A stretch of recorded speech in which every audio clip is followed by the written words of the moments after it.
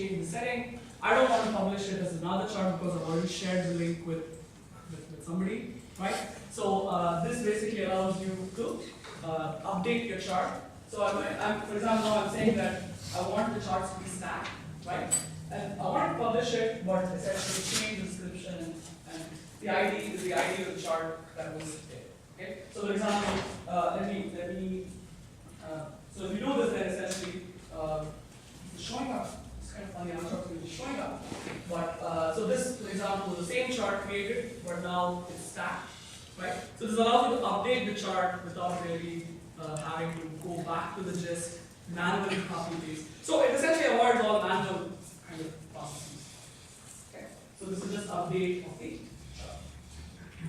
Now there's another option, and because rCharts kind of doesn't seem to be working, I will debug it in a break. But you can also publish with code, right? So one of the things that I really wanted to happen was like this whole idea of reproducible visualization, right? So if you just share a visualization with somebody and don't share the underlying code, especially if you're writing it from R, Python, then it is less useful, right? So what this does is there's a function called create chart, and what happens if you use create chart on your code, right? And then you publish, then in the final view, you basically will see both the chart and the underlying code, right? So the nice thing with this is that, so this is how I publish all my examples, so that I know every time the chart that's there and the same way was published using the exact same code. So it serves both as an reproducibility check and also serves as people being able to take this and use it and do other kinds of stuff. I mean, I'm afraid to show it live because I don't know why it's acting up now. So this is as far as sharing stuff. So the idea is again, the idea is that you should be able to quickly get from creating to saving, sharing, publishing the chart. Okay. So I'm going to take a short break here in terms of like, so if there are any questions at this point before I move on to the next part, just kind of like adding extra layers of interactivity. Any questions? I think I'll take it now so that before we go on to the next. Yeah. I think that rCharts is going to be specified with lack of documentation. And what's the link? How do you figure out what are the options for R plots or N plots? Excellent question. So let me give you the whole thing. So this started off as a hobby project of mine. I never expected it to kind of get to a place where a lot of people are using it and using it for day-to-day work. Right? So which is one of the reasons why documentation is being thin, because I was constantly trying to put more features. Now we've started to work on some of the documentation aspects. The main challenge is that some of the underlying JavaScript libraries themselves are not documented yet. So NVD3, for example, there is no documentation. So pretty much, I mean, I need to kind of dig in through their code to see what options exist. Even I don't know what options exist. I just provide a conduit into that. Some of the other libraries are better documented. So basically, what we're working on is trying to show people the basic options, but essentially the more advanced options have to be looked upon in the JavaScript library documentation. And is it pretty clear how they So yeah, exactly. So what we're hoping to do is to sort of make it very clear as to how this particular option needs to be used in that setting. And I'm doing it library by library, because the problem with having too many library support is that each of them has a different philosophy, right? So I'm trying to start off with at least the most popular ones that I've seen people use: polychart, NVD3, and then leaflet, and slowly go on. Documentation is sort of high priority on my agenda, and hopefully get to it and have more things. Two questions. One was, is it possible to use a graphics library like ggplot2 with rCharts? Is there a way to kind of get a ggplot2 to be interactive with that? And the second is sharing to private spaces that just aren't you guys. So ggplot2 is based on solid ground graphics, right? So the only library I can think of which is also based on solid ground graphics is polychart. So that would be the closest. But I would bet, so Hadley is developing ggvis, which is supposed to be the ggplot2 interactive version. So if you're looking at ggplot2 kind of plots, I would put my money on ggvis. You're more likely to get things in ggvis because it's based on more solid. rCharts is more of a hack, if I may call that, because it's kind of creating a contribution from R to JavaScript. But it's an approach which I'm seeing increasingly being taken by people doing Python, right? Like for example, Jake random classes code is pretty much similar to what I'm doing, and there are a couple of other people doing, and it seems to be receiving quite a bit of attention. So it's beautiful. But GG was. Did you show us the rCharts gallery? Yes. So the only reason I didn't show it because when the viewer failed, I don't know what other things are going to fail. So let me show it, but I may or may not show up. I don't know what's happening with the maybe it's so I created an rCharts gallery. So the idea was the lack of documentation. One approach that I took was let me flood people with examples because examples are the best way to learn. So the rCharts gallery is one. This design might be very familiar to you, and especially people using D3. I just borrowed it from my friend Chris, who's also from Montreal, who does a lot of D3, and so it's the same D3 gallery that's been changed. So here you can see most of the, for example, actually the heat map is not, I just shared the link is there. But for example, so this is a problem with the viewer, which is why these examples are not showing. All the links are to the viewer.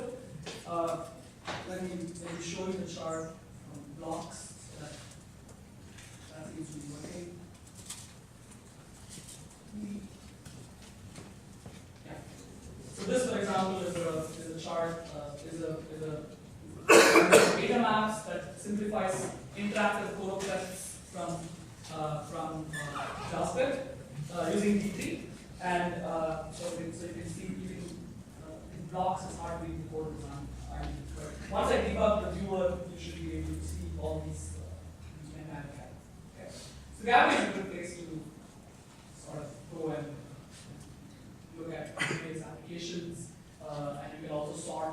And if you have something to contribute, it's a Google spreadsheet. So just send me an email or something. I'll give you the link. I'll add you, give you right access, and you will see a lot of people have used that to kind of publish things.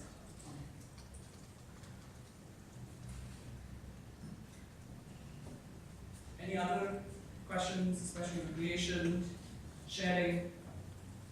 Yeah, I don't know if you have a window on it, so it could be an any question, but when I just exactly follow your code and type in the name of the graph, I get an HTML file that nothing renders, but then when I use the name and the show method, I get an HTML document that I would have in the graph there. What does that say about my setup? Right. So if you're doing it from your R console, right? You should just type and you should not use any show, publish, or anything because those are only for example, only for embedding documents. Different show methods are only for embedding documents, embedding the chart in a document. So maybe sometimes in the break I can kind of show you what you did and I can see where what kind of content. Okay. But typically this should do it. So if you're using it from your R console, like once you so let's say this is N1. If you just want to do it from your R console, you should be able to then use the playground just to make sure that it doesn't have any dependencies on my computer. And then N1, right? So it should show up. The chart should show up. If you're using RStudio, it should show up inside RStudio, otherwise it shows up. Any other questions on these? Yeah. Where is the data when in the chart? Is it in the page? Is it still in R? It's in the page. Data is in the page, and this is something with D3 which I think Mike has answered quite a bit. But especially D3 based visualizations, your data is in the HTML. So you can't use it for I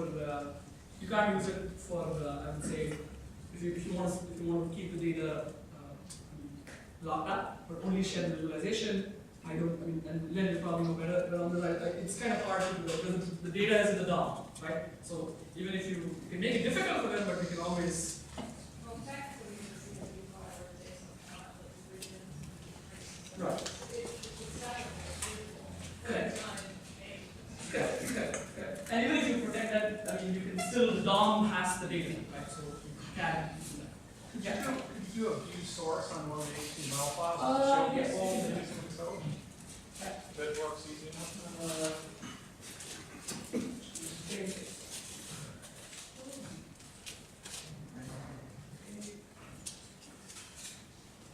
This is the chart.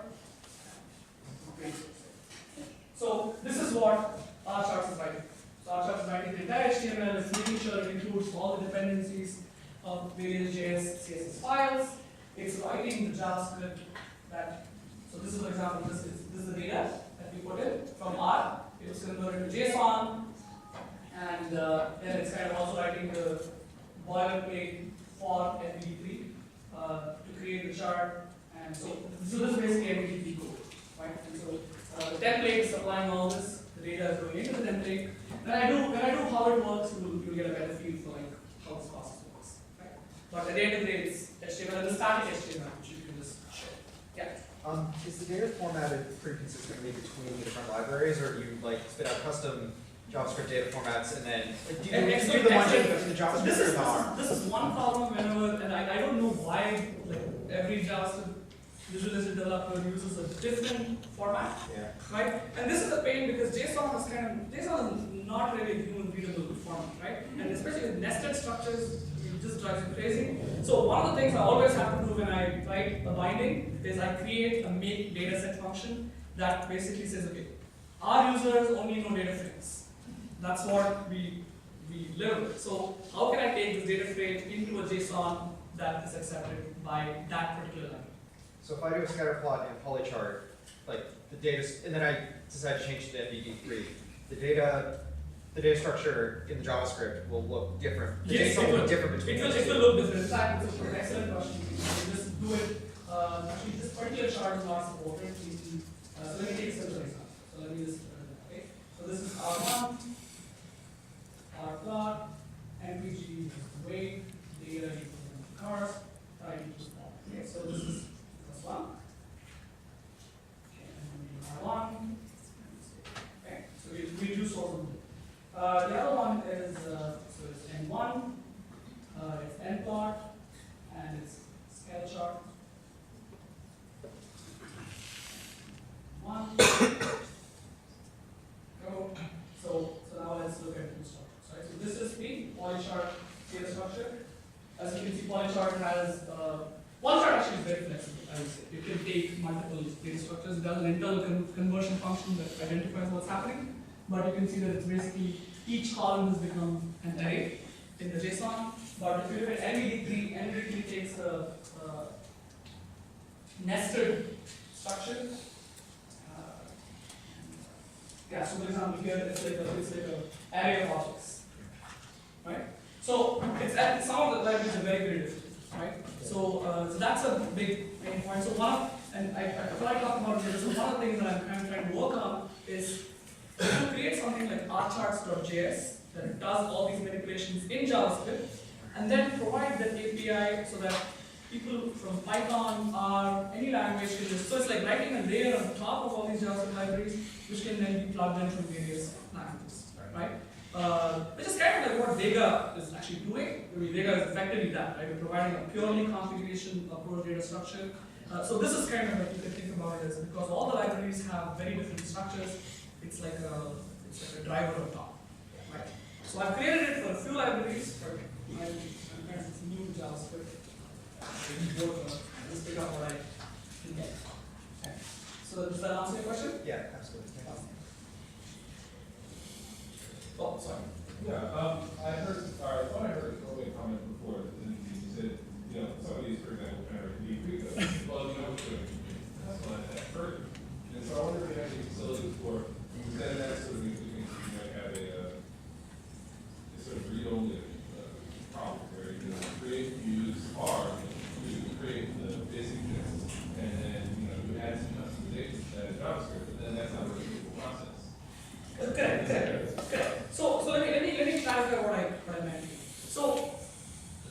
NVD3, right? So all I'm saying is that anything that NVD3 allows me to do, right? I can almost everything can be done from R itself, using rCharts, right? But if you want to do underlying D3 to tweak the chart, right, then you have to directly operate on the HTML. So you lose a part of the reproducibility, right? But there are ways to kind of, one way I've used is kind of done that in the past is where I programmatically inject that D3. Like I say the HTML and I programmatically inject that D3. So now it becomes reproducible. Basically, I was wondering, yeah, have you thought about that with like rCharts? Does that offer a feature to do that? So I've put in a few things where you can insert, I would say, JS files and CSS files. I haven't really done this part because, it's kind of easy to just write the code there because the HTML is available, so you can do all kinds of manipulations with the HTML from R itself. Right? And you can actually do pretty neat stuff, especially like the XML package for R, where you can even read the HTML as pure HTML and insert things wherever you need. Right? But it's for kind of more advanced users because the question is if you know D3, actually a lot of these charts are easy to kind of do just with D3. Right? So my use case is specific to for people who are kind of coming from the stats background who want to kind of get to that chart easily. Yeah, part of that was wondering also about teams, like, you have an analyst or an art upgrade, and then he says, oh, make this look, I can't quite get this, make this pop for whatever. So part of that problem part of the problem can be solved with the layouts, templates. So in a nutshell, the way rCharts works is that once you have the data gets into like a JSON payload, then the template waiting to receive that data, and then combines it and gives you the chart, right? So by playing around with the template, you can actually do a lot more stuff. So your designer or the JavaScript expert can actually tweak the template and still keep things reproducible for you, right? So that's actually one way I think it's a very good way to kind of separate, I would say, the person doing the data from the person who is taking care of the visualization. Any other questions before we move to the next part? Right. So far we have talked about the interactivity that's provided by the given library, right? So I don't have any control over what that particular library provides. So I can only do what. So basically, that library provides hover, I can do that. If it provides click, I can do that. You can always hack into D3, but that's it. So now I'm going to talk about injecting further levels of data. Right? So let's take a plot which is the plot that I showed you before. So it's basically a scatter plot, but colored base one. So the number appears in the card. Right? So this is polychart. So now suppose I want to give the user control over choosing what the x-axis is, what the y-axis is, what the gear configuration is, right? So that's kind of a different kind of interactivity where you want the user to kind of change the specs of the chart. So how do you kind of handle that, right? Now there are two ways to kind of handle that. Two ways that I know. Okay. Or else so one is kind of using client-side interactivity. So basically, R writes the HTML, and once it writes HTML, everything that's interactive happens within the HTML. So you don't need R. Okay? So I'll show you an example, and I'll show you how it works. So let me take this example here. R console. That. One. So you have here. So now suppose let's say I want to add a control for selecting the x-axis. Right?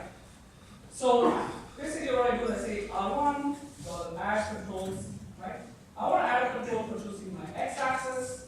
The default value I want is the weight of the car, and I want it to basically allow the user to choose from any of the values that the columns in a car.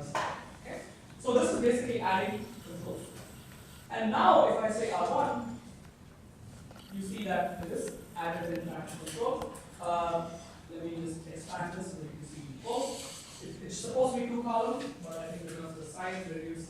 So now I can change it to So let me change it to miles per gallon so that you believe me that it changes, right? So now, so this interactivity is completely happening on the client side.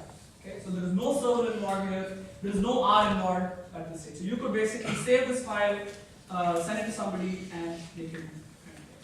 Okay. Now, how does this work? Well, this is kind of also works with the magic of templates and layouts. I will show you the underlying HTML codes. Pretty nasty.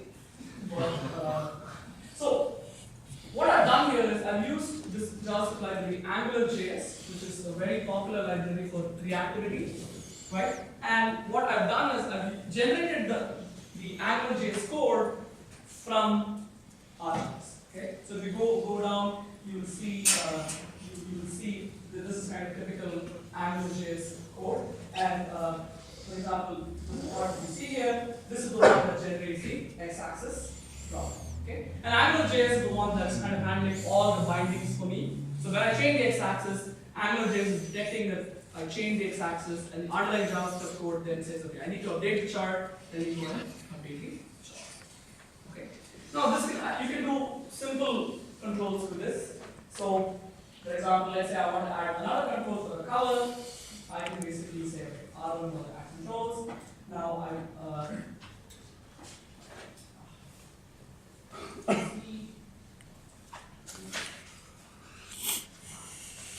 say color, and then I have here. So now if I say R1, you will see that it's added another thing on top. Okay. So now if I change the color element here, it's going to change the whole color. Now this is completely client-side interactivity because by using AngularJS. Okay. Now you can also use other libraries. I'll show you one more example, which I'll show you in the presentation.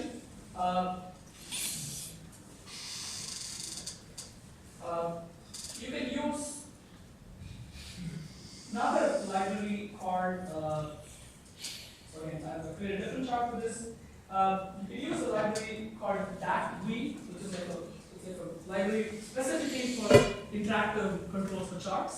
And so that's what I'm doing. I'm adding the controls here, but I'm saying that, okay, don't use this template, don't use the AngularJS template, instead use the DATGUI template. Okay? And this kind of gives you a slightly different feel. So for example, this is a control here. It's, in my mind, it's less pretty than the other one because it's bootstrap. But now if you change it, I mean, it's kind of manually interactivity. Okay? Again, this is purely client-side interactivity, which I believe is kind of good for simple operations. You need to have server-side activity only when, at least in my mind, when you have more complicated analysis. Okay. Of course, the limitation is that, I mean, I've tried to add a few elementary controls, which I will show you. I'll show you a few more controls that I've added. So, for example, another control that I'll show you here is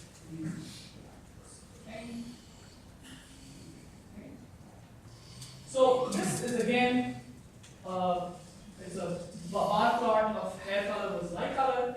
Now, for time I want to filter the data. So, for example, I want to allow the user to filter the data based on sex. Right? So it just says n2.add filters. So now if you look at the chart, and you go back here, you will see that this is actually two charts drawn from one on top of each other, one for male and one for female. I haven't yet figured out a way by which I can aggregate it when there are multiple groups. But now if you look at the control on the left, right, if I select male, you'll see that the chart is constant. Right? And this is completely client-side again here. Female, it responds. So subsetting operations, and my plan is to try to see all, at least offer like most of the common operations, like which you could think of. Right? One is select, the other is filter, subset, these kind of operations. Right? And the way it is doing it is I'm translating R syntax to kind of generate the AngularJS code using templates.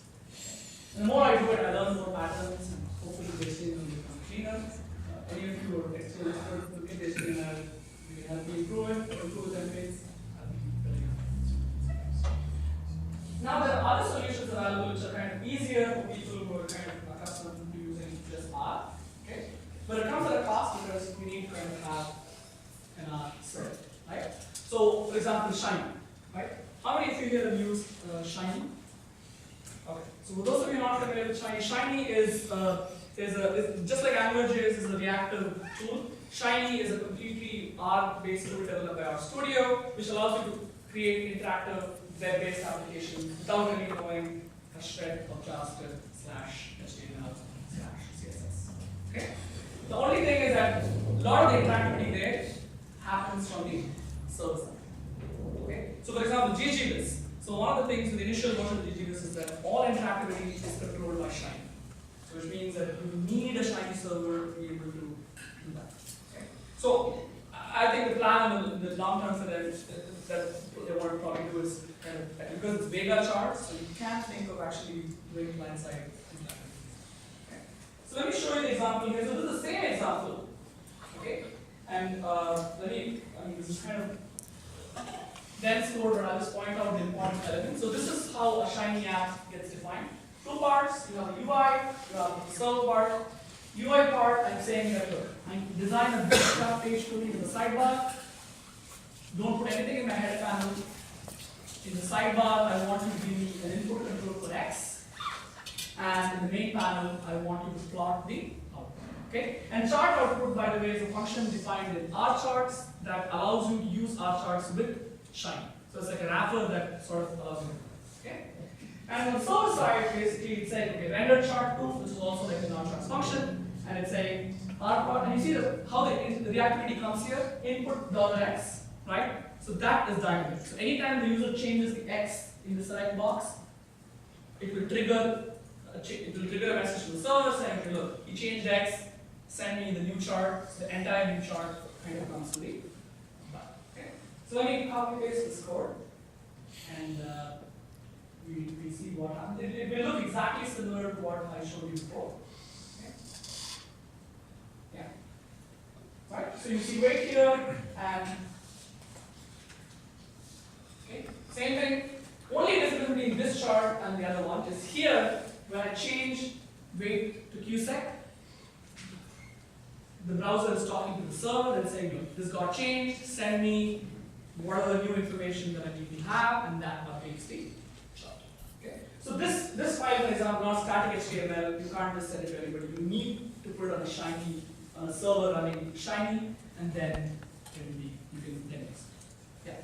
So is it talking to the exact R session if I change the data? If you change, If I change the data, no, it won't. It is still talking to this. It's still talking to this R session, but at least the current design is that once you run Shiny, it locks up your console. So I can't find anything more here in the console. But I could, when I write the app itself, I could have kind of connected with it with more. Right? Now this gives you more flexibility because the minute you have server-side stuff, you can do a lot more things. Let's say you want a complicated piece of regression. There's no way to kind of do it in client side, right? So Shiny kind of brings you another piece in the toolkit that kind of helps you sort of. And what I'd like to do is kind of provide a binding from rCharts so that you can use the same syntax, just wrap it around with a couple of with a function, and you can use it